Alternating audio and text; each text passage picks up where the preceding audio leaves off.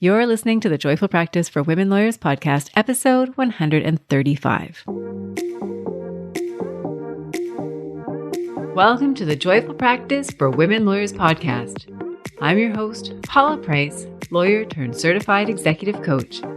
This podcast was created to empower women lawyers just like you to create a life and practice you love. Join me every week for a break from the hustle so we can focus on you, what you truly want, and how you can create it. If you're over the overwhelm, done with putting out fires, and ready to redefine success on your own terms, you're in the right place. Ready for today's episode? Let's dive in. Welcome to the podcast, my dear, beautiful friend. If you're listening to this episode when it goes live, it is December 20th, 2023, which means you have 11 days left in the year. Now, let me ask you this. Does that excite you? Does that disappoint you? How do you feel about 2023 and wrapping up this year? I imagine it's a combination of feeling really good about the way a number of things unfolded. And maybe there's a few things that happened this year that were particularly challenging, or a few things that you really wanted to get to this year that you just didn't get a chance to do. So wherever you are, I send you my love, my support. I'm just so glad to have you here with me. It's a pleasure. It's a treat. And I'm excited to connect with you this week. Now, before I dive into today's topic, which is all about compassion, I just wanted to share with you that I am running a group coaching and mastermind program for up to 8 women lawyers starting in January. This will be the 3rd time I've run this program, and it's an incredible opportunity for you to join a group of like-minded women lawyers and meet twice a month to talk about your goals, talk about your dreams, talk about the challenges, the wins, and do that in a safe space where we are collaborating, we are working toward each of the goals that you set for yourself. There's support, there's sharing information, and it's an honor to be able to lead these groups. There are also bonus classes on time management and transitions, and a one-to-one coaching component for each of the members of that group. So if you're interested, please let me know. There will be a link to the information in the notes with this podcast.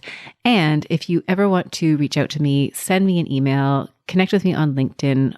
I'm easy to reach, and I'm always delighted to speak with you and to help you learn if this is something that would be a good fit for you. Now, today, what I am hoping to talk to you about and what we will talk about is compassion. And I really debated whether or not to dive into this topic because for some of you, you might be questioning what is the connection between compassion and the practice of law. And I do think that there is a connection here, and I'll explain why I think there is that connection. Now, why I think it's important to talk about it right now is because I think that there are a number of people out there right now, this very moment, who are struggling, who need that compassion, the compassion that I am going to be speaking about today, that you need to hear this message right now. I know for myself that this has been a rather difficult stretch for me. I would say the last month has been among the most difficult months I have experienced in several years. I actually don't remember the last time I felt this way. For those of you who maybe can relate, it's a feeling almost like of heartache where you're dealing with a personal challenge. I feel like I've got that fight or flight response going on, and it ebbs and flows a little bit, but it's a really difficult stretch. And I've noticed in the past few weeks, there have been a couple of times where something happened where I got a little bit of feedback, nothing serious, nothing that was earth-shattering, but I noticed how hard it was for me to take that feedback and how it was the result of just how I've been feeling lately. And so I wanted to talk about that a little bit more with you, because if this is something that you can relate to, and I imagine it is, I just want to reinforce the message of having compassion for yourself and having compassion for others. So how this links to the practice of law is that for all of you who are practicing, you're practicing within organizations. And what I have seen happen is that there is this expectation that you are going to show up perfectly, whether that expectation is a real expectation or if it's one that you have set for yourself. And then when you are in these moments where you're struggling, it may be really difficult to do that. And what I've noticed is that the world doesn't stop, right? When you are in the middle of something that's really challenging for you, the world continues to move forward. And sometimes that can make you feel alone. And sometimes it can make you feel like you're really trying to push a boulder up a really steep hill. And there's a story that I wanted to share here. And again, I sort of hesitated, do I share this or not? And I'm going to, because I feel like it sets the stage for what it is that I really want to get at the heart of today. And as I've been going through the challenges that I've been experiencing over the past few weeks, I had a moment that reminded me of something that I experienced when I was much, much younger, when I was in grade 8. So I think I was 13 years old. I'm now 46. So we're going back 33 years. This thing made quite an impression on me. And I had lost a very close family member. I lost my sister at a young age to, this really difficult progressive illness. And I was in grade 8 and, we had the news. This was not something that was unexpected. Her passing, it happened in the night. And the next day I woke up and I didn't really know what to do with myself. And so I thought, okay, I will just go to school. And I did that, and school was okay. But at one point during the day, I think it was recess, or maybe it was a break between classes, and I was standing in the hallway outside of the library, actually, talking with a couple of my friends. And I must have been upset. I must have been crying because this girl from one of my classes, also in grade 8, walked by me and she said to me, "What's the matter, Paula?" I can still remember how she said it. It was this kind of like, "What's the matter, Paula? Did you forget to return your library book on time?" Something like that, something about late library books. And I just remember feeling so hurt by that and just thinking like, wow, you are so off base. Like, this is not at all what is happening here. And to this girl's credit, because she was a girl at the time, I think when she realized what had happened, she felt badly. I think she apologized. I've seen her every once in a while. I didn't stay at that school past that year. I moved to a different school. And, I've seen her every once in a while. I'll bump into her somewhere. And I think, she's always nice to me. And I feel like there's this mutual understanding of something that happened there that she clearly did not intend. I think had she known what was really going on, she never would have said it. But the experience from my perspective was still the same. It was really hurtful. And it kind of sent that message of it doesn't really matter what's going on in your personal life, that the world outside of you is still going to be that world, right? If someone's going to be unkind to you, they're still going to be unkind. And, I say that, and it's a difficult story to have experienced, but at the same time, I don't want to negate all the people who are supportive and who reach out and who help you in those moments. But for the purposes of today, what I'm really trying to get at is that difficulty when you are experiencing something in your personal life, you're struggling, and the world doesn't stop around you. And I tell the story of, me back in grade 8, but it can happen in practice too. And I know from lawyers that I've spoken with, lawyers who are my clients, lawyers who are my friends, that you have real lives and that you have real problems that exist, maybe in the past, maybe right now, maybe they're going to happen in the future. A few examples of some of the things I've seen lawyers struggle with. You might have a sick spouse. You might have a spouse who loses their job or who's really struggling with their mental health. If you have kids, you may have struggled with them being sick. Maybe it's just the one-off sick where they get sick on the wrong day and you're really scrambling to make something work out. Or maybe it's more chronic, something that's more long-term. There may be phases of their childhood that are really difficult for you. They may have mental illness. They may have learning disabilities. They may have physical illness. You might worry about their screen usage. This was something that really got exacerbated over the pandemic. And that might be something that troubles you, that they're not socially integrating. You may have concerns about your own health, your own physical, your own mental well-being. You may be undergoing medical treatment and you don't really want to make it public. And yet at the same time, you're really kind of suffering on the inside. Pregnancy, when I was pregnant with my children, those first 3 months were brutal. I remember having to wear those weird elastic bracelets on my wrist. You may have worn the same things, anti-nausea bracelets, to help me with that extreme sense of wanting to be ill all of the time. And I can remember conversations with people where they didn't know I was pregnant. I couldn't tell them that I was feeling ill. And yet, whatever it is that they said to me, I had a hard time focusing on it because I was just so busy focusing on not getting ill. So that might be you, right? You may be in early stages of pregnancy. You may be undergoing IVF or egg freezing or other fertility treatments, which can be really difficult because of the hormones that you have to take in, the lifestyle changes that you need to make. You may struggle with mental health concerns, with substance abuse concerns, whether they are yours, whether they are the concerns of people who are close to you. You might struggle with depression or anxiety. And of course, we put this into the greater mix where we are living in a world that is undergoing some really challenging times. And this isn't unique to this particular period in time. It is the world that we live in. And particularly right now, things are quite serious. So what you might find is that you are struggling. And during those times that you're struggling in your personal life, you may find that you're not showing up your best in your professional life. You might find that you're a little bit distracted, you have trouble concentrating at work, you might find that you miss things that you wouldn't normally miss. And when those things are pointed out to you, you might feel more sensitive to the feedback that you're receiving or even criticism. And this is an example of something that happened to me just the other day, a typo. And, normally a typo I wouldn't get too fussed over, but in the moment, it just felt so hard. And so this might be you. This might be something that you're experiencing. And what you might find then is that you're doing your best, right? You are trying to keep up appearances. You're trying to show up like a professional, and yet you feel like your best isn't good enough. And that can be particularly so in a culture where there's an expectation of things being perfect, where there are high stakes involved, there's high pressure, and this can further lead to your feelings of anxiety. You might feel almost like a sense of secret shame, right? It's like you're struggling, but you can't really tell anybody because it's a personal problem.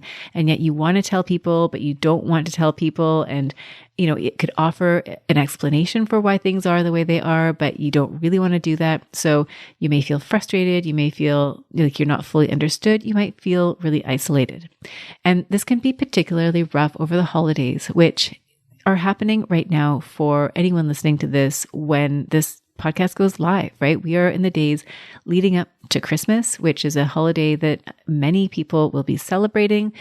And you may find that there's increased anxiety for you during this period. There are school pressures. If you've got kids who are taking exams, they might be experiencing additional pressures. If you've got younger kids, they may be so excited to get out of school and you're thinking, what am I going to do for the next 2 weeks to keep everybody entertained, to keep everybody sane? This may also be a wake-up call for you for what's missing or not changing in your life, right? There's this cyclical time of year where you're reminded of this time last year and what was happening last year that you thought was going to be different this year. And was it different? And if it isn't different, then you might be thinking, well, how come I didn't solve that problem? The same thing is coming back year after year.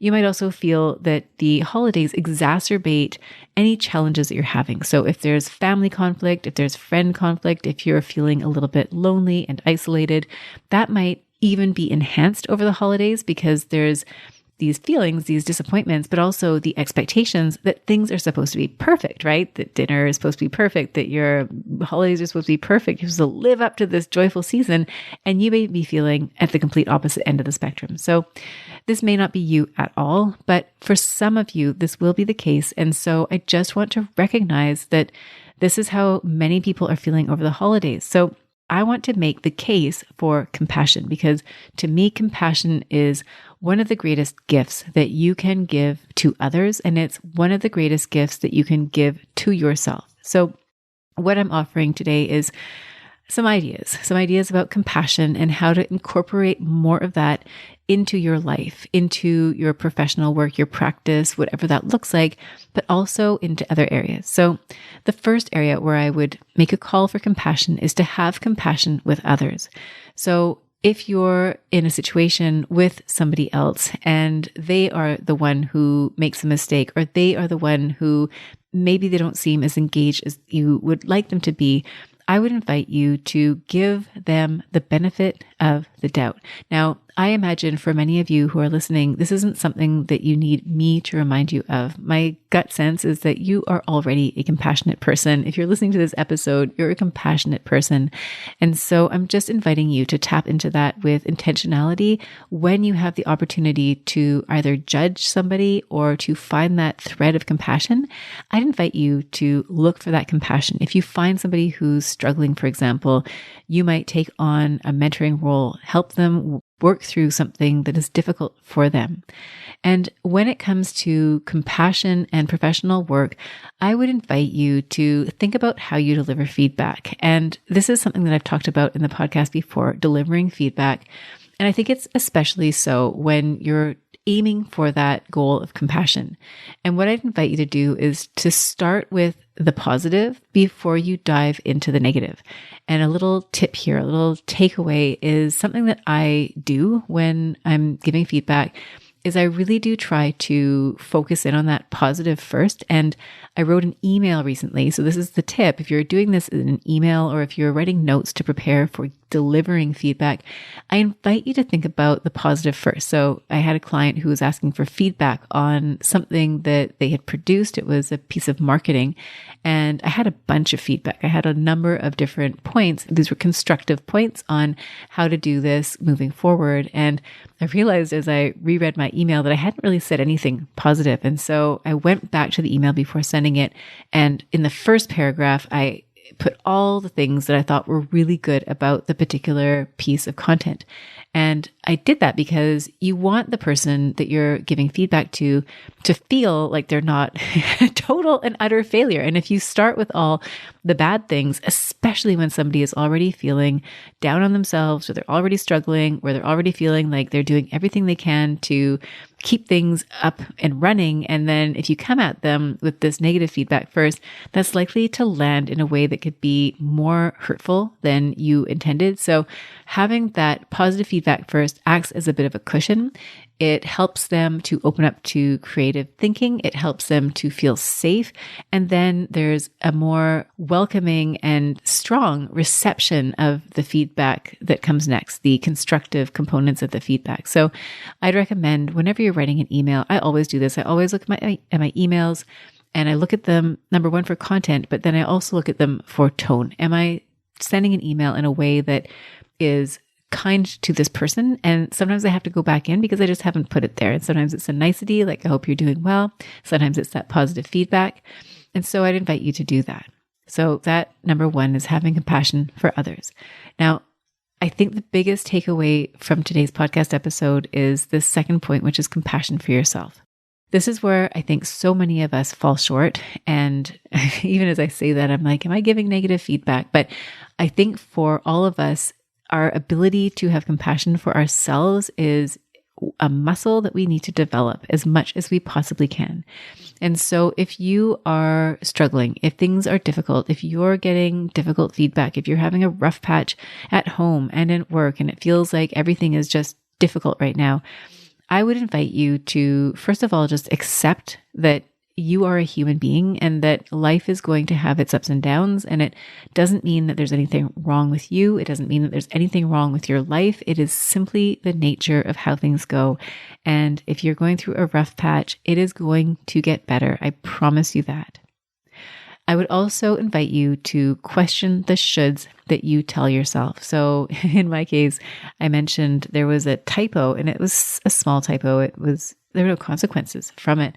But I remember thinking about, oh, how on earth could I let that happen? And I was driving to an appointment later that day and I started ruminating over this typo. And I was thinking about it in my car and I had to stop myself. And I thought, Paula, you cannot be thinking about this typo, because I literally started going back in time, thinking about how I drafted it. It was a classic case of using a precedent and not fully updating it. I mean, that was the nature of the typo, something very common, very easy. And it wasn't a legal document. It was no more than an email, but it was kind of, there I was dragging myself through this mental process. And I thought, all this time that I'm now spending on this email, this is just me torturing myself. Nobody is benefiting from this thought. nobody, not even me. And so I decided that I was going to have to consciously shift my thinking away from the typo. So for you, when something happens like that, whether it's a typo or some other event where you tell yourself you should have caught it, you should have read it more carefully, you should have done anything, I would invite you to simply look at the situation and think about the lesson. Was there a lesson there that you can pull out? If so, you can apply that lesson going forward, but please, please, please let go. Let go of the shoulds. It's water under the bridge. You're allowed to move on. Now, the third thing when it comes to compassion for yourself is to look for the silver lining in the problem. And this is so hard to see sometimes in the moment, but when you train yourself to look for it, it will really help you weather some of those difficult times. And what you might find is that you're in a crisis situation. Things have gotten to the point where it's really bad. You need to bring in the help. You need to bring in the reinforcements. And it might feel really scary. It might feel really overwhelming. And what I would offer to you is that the moments of crisis, the moment where you reach that breaking point, is a benefit, because what it does is that it takes you off whatever path you were on, which chances are was one of tolerance, one of sustained discomfort. And now the problem has crystallized, it has erupted, and it means you need to deal with it. If you think about a sink, for example, a leaky, dripping faucet, and it might really annoy you. You might have a leaky bathtub faucet, and every time you try to go to sleep at night, you hear the drip, drip, drip, and it keeps you up. And but you don't do anything about it. You buy some earplugs and maybe let it go. But if the bathroom pipe were to burst, you would be on it. You would get it fixed. And yeah, there might be some messy, wet damage to clean up, but you would deal with it. And so sometimes when things get really rough, it's actually a really excellent opportunity for you to take action and to deal with the problem in itself. And what you'll also find is that when you have that problem facing you and it now commands your attention, you will find that these solutions then flow from the problem. You're able to resolve it and finally move on. So if you're in that stage right now, there is light at the end of the tunnel, and there is a real silver lining to going through whatever it is that you're going through right now.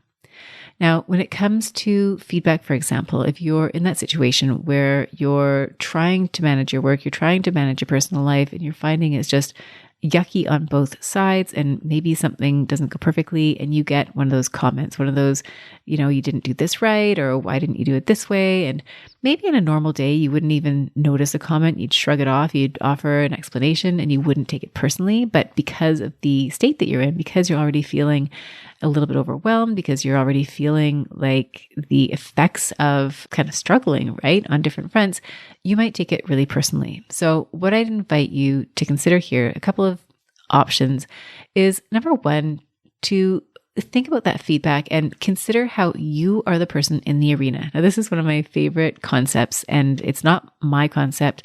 It's a concept that Brene Brown talks about, and she actually borrowed the concept. I think it was Theodore Roosevelt had done a speech in Paris in 1933 about the man in the arena. And the whole point of this speech is that the person who is in the arena is the one who is fighting the fight, having mud slung in their face. They have the arena full of spectators who are booing or cheering or whatever it is they're doing.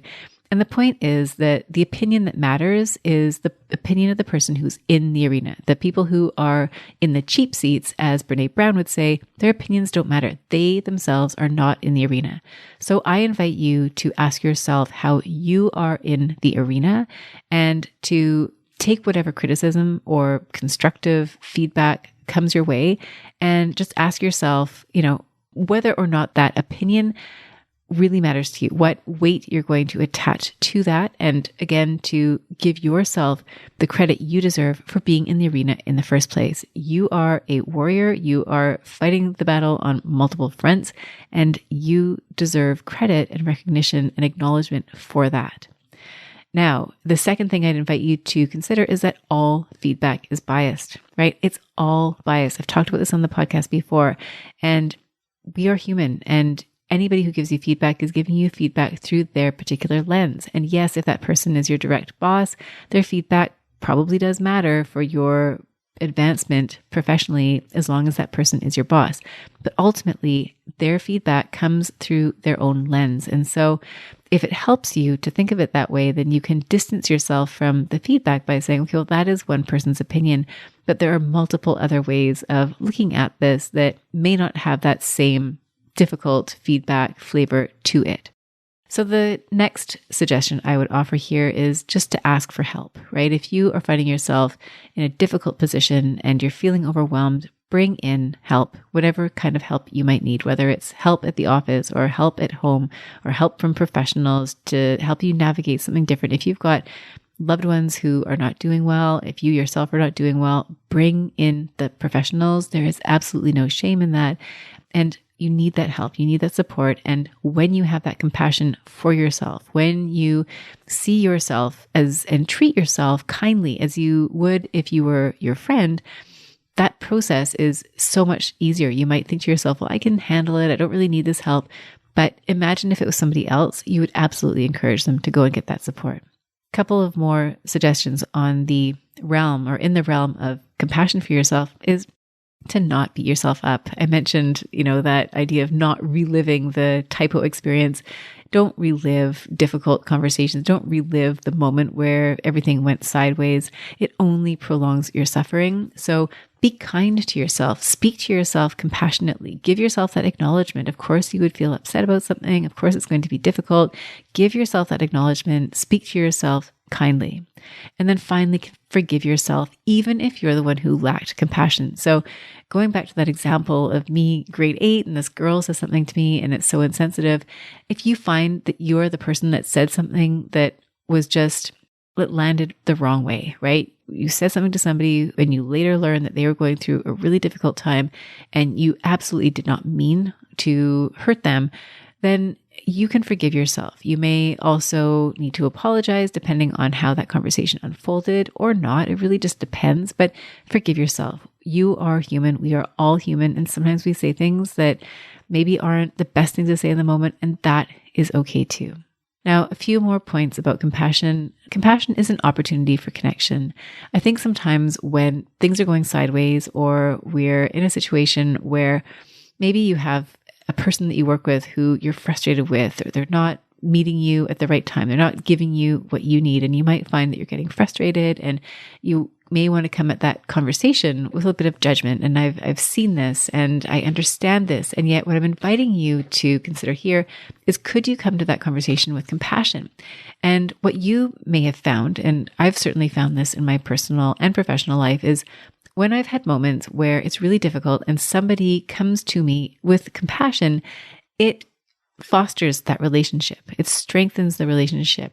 Sometimes you might find you're in a difficult situation and somebody comes and helps you, and that can create so much loyalty. I think of my daughter's birthday party this year and how, unfortunately, she caught COVID right before her birthday party was supposed to take place. And so I phoned the place where she was having a birthday party, which had a cancellation fee. If it was within a few days, I think you had to pay the entire amount of the birthday party, which would have been several $100s. And I thought, okay, well, this is really disappointing. We're going to lose the cost of the birthday party. And they waived the fee for me. And I was so grateful. And I wrote them a beautiful Google review and did everything that I could to promote them, because I felt so touched that they were so understanding and that they accommodated us in what was a pretty difficult situation. You can imagine postponing the birthday party for a 9-year-old girl because she's sick and having to get all her friends back on a different day. It's not ideal. And so when you are compassionate with somebody, when they are going through a difficult time, you can really build up that sense of loyalty because they feel understood. They really appreciate the concessions that you have made in order to accommodate them and their needs at what is likely a very difficult time.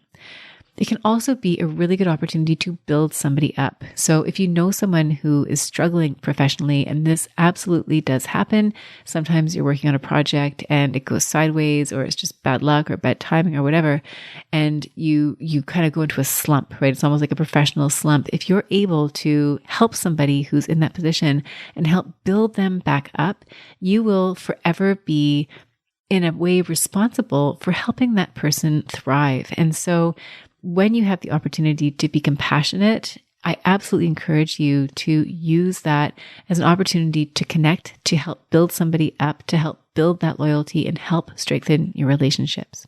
Another point about compassion is that compassion and excellence can coexist. I think sometimes we can operate in a culture where we think that we need to be hard. We need to set up the expectation. If that person misses the expectation, then we must reprimand them until they can meet the expectation. And to me, it's kind of an old school way of looking at things. I think of those I think they used to have TV shows about this, but I'm sure you can imagine a scene in your mind's eye, right? Where somebody is trying to get into shape. And so they have this no pain, no gain workout. And there's a trainer who's yelling and screaming at them. And if they don't do it, 50 push-ups fast enough, then they have to do 100 push-ups and people are crying and it's really horrible. I mean, this idea of tough love or tough training or whatever it is, there's a time and place for it. I'm all about challenging yourself. I'm all about pushing yourself. I'm all about seeing what you're capable of. And I'm also very much aware of the benefits that can come from compassion, right? Approaching somebody who needs compassion with compassion and helping them build from there. I mean, if you think about someone who's suffering and maybe they're really struggling, coming at them with compassion and offering to help them versus chastising them and berating them for doing something wrong, those two different acts are going to lead to two very different outcomes. And I encourage you to foster excellence through compassion. It is absolutely possible. And compassion is not a sign of weakness. It is a sign that you are willing to extend empathy and support to somebody. And it can be an excellent way to preserve and foster talent. I mean, this is for anybody who's working with maybe more junior lawyers, maybe with assistants, people who have not yet been trained in the art of what it is they need to do. If you can help them grow and to learn, they will be so loyal to you, they will be so grateful to you, and they will build up that excellence in themselves. Finally, I would love to offer that compassion is a choice, right? You have the power to choose in your life, in your practice, outside of work. You have the power to choose compassion. And so I would invite you to have your radar on for moments where you can exercise compassion and to make it part of how you deal with conflict, how you deal with difficulty, and to allow compassion to be a thread that informs your relationships, whether that is a relationship with another person or whether that is the relationship with yourself. So to sum it all up, today I'm making that case for compassion for all of you who may be having difficulties or challenges in your lives at the moment or at some point in the future, or even if you're thinking about an earlier version of yourself, right? If you can look back on yourself with that compassion for mistakes that you've made in the past, for things that haven't worked out the way that you wanted them to, for things that you said that you later regretted, I invite you to extend compassion to others, compassion to yourself. I invite you to consider how compassion is an instrument for building relationships, how you can use compassion to help foster excellence, and how ultimately compassion is a choice that you get to make. So in conclusion, greater compassion is not going to fix everything. I mean, when you have those difficult times, it is going to take some work to get through them. And compassion won't necessarily fix those problems, but it absolutely will help you to manage your problems in a way that may involve a lot less judgment, maybe of others, particularly of yourself. It is an invitation for more connection, again, whether that connection is towards somebody else or connection with yourself. And also to create that greater sense of hope, right? When you're coming at a problem with compassion and openness, curiosity, and a willingness to partner and move forward, you can see the end of the tunnel. You can see your way forward so much more clearly than when you are in that situation where you're blaming yourself, you're shaming yourself, you're not seeing outside of that immediate problem. So for everybody out there who is potentially needing a little bit more compassion in your life, I really hope that today's episode resonated with you. If this is a message that you needed to hear today, I just wanted to let you know I see you, I acknowledge you, I hear you, I am with you, and I send you my love and I send you my support. So for all of you, I wish you a beautiful, beautiful wrap up to the end of this calendar year.